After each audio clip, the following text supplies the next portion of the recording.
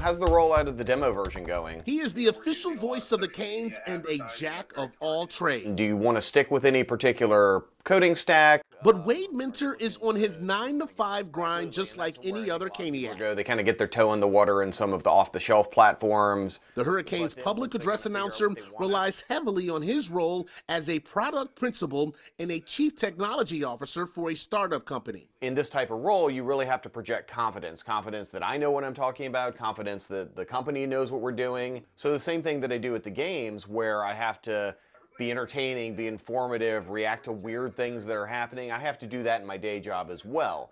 I don't necessarily have to use the big voice.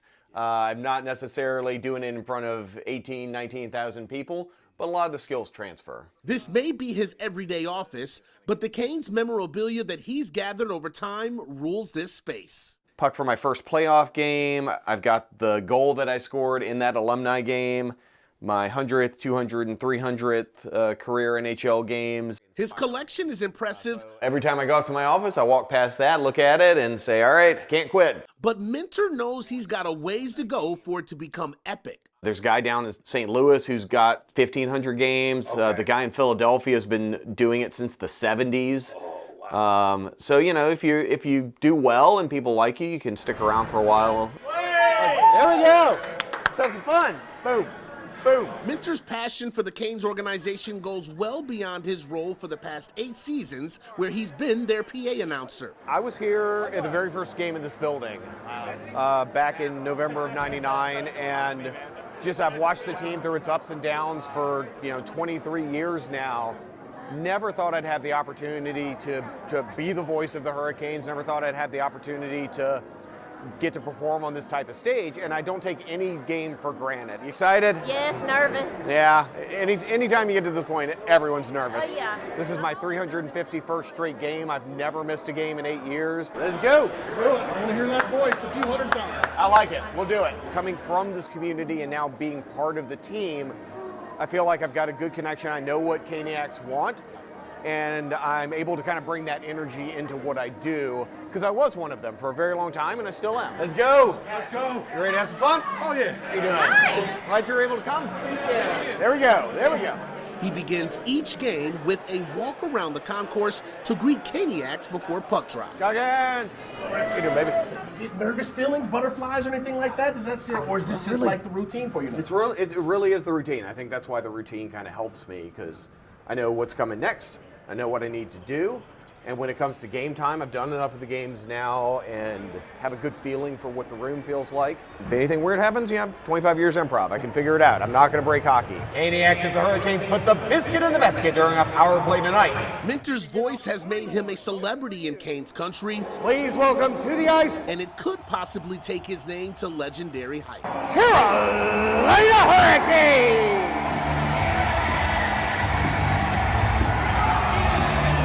It's been an emotional 6 days since the Hall of Famer Roy Williams announced his retirement, but there was no question on keeping it in the family for the future of Carolina hoops. All right, greetings and salutations, beautiful people. Your boy JB Riggs here, and can you believe it? 75 days of the quarantine, bro, and it's finally coming off. All right, for our second Riggs Review topic, we head to the ice, where the Carolina Hurricanes became division champs for the first time in 15 years on Friday night. And they were able to achieve that feat during one of their few nights off of the season. The Tar Heels backed up their shocking victory over Duke in the regular season finale with another win over their arch rival, but this one was on the game's grandest stage. And you have to be from Michigan. Troy, you'll understand this. Mo, you'll understand this. The best joke that I heard about me was somebody said I look like a 1987 Detroit mayor. Playing the same way he played throughout the regular season, having one of his best seasons of his career, and he definitely carried that into the playoffs. As you see, it is getting live out here with the game just going final. Canes fans out here going crazy because this is the start they wanted. We'll catch up with the Hurricanes and hit you with a Riggs Review celebrating Women's History Month. All that and more as the Chevrolet Sports Night starts now. All right, now the month of April gave us the opportunity to support Limb Loss Awareness Month. And one Paralympian has developed his greatness right here in our own backyard. Durham native Desmond Jackson has dreams of winning the gold in Tokyo, but those dreams were temporarily dashed when the Olympic Games announced they would postpone until 2021. However, you won't find any quit in Desmond's aspirations. Push!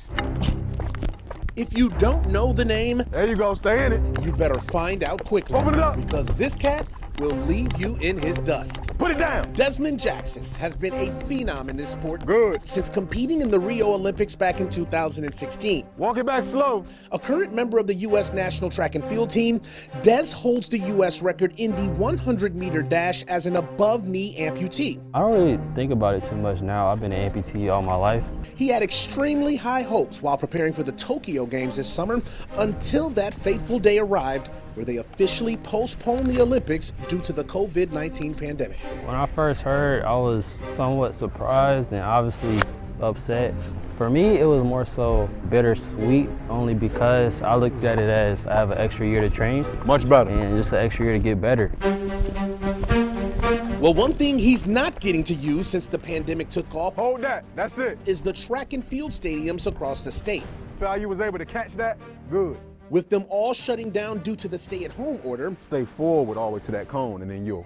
Des and his coach, Jamal Daniels, have had to improvise finding parks around the community that remained open.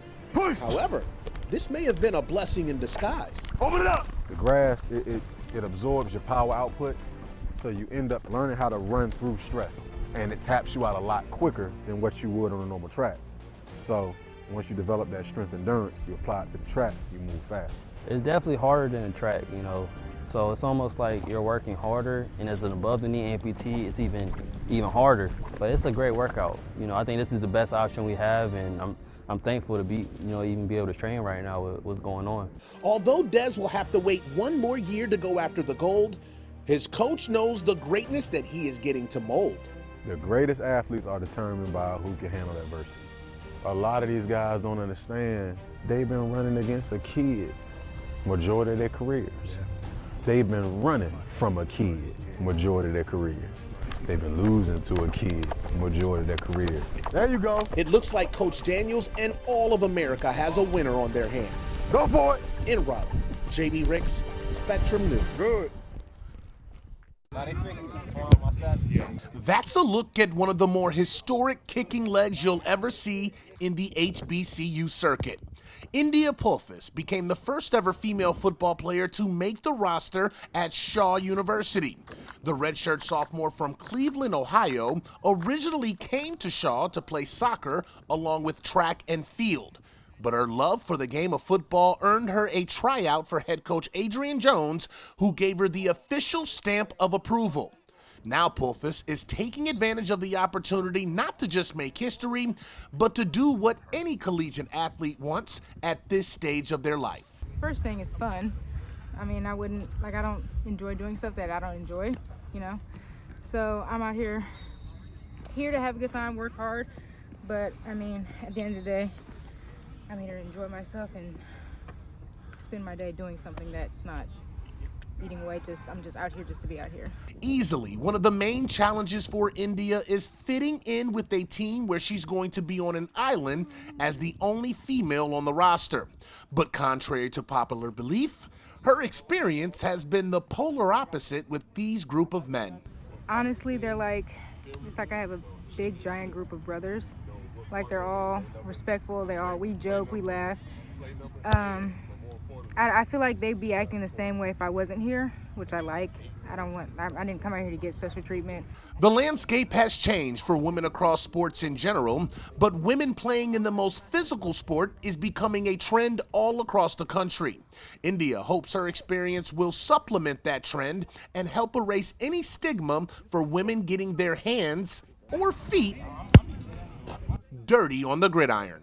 I don't think it necessarily needs to be, there has to be a female on every team, but I think it'd be nice if it happens at another school, for somebody to you don't have to bat an eye. Like, it's not just some unusual thing like an alien came from outer space.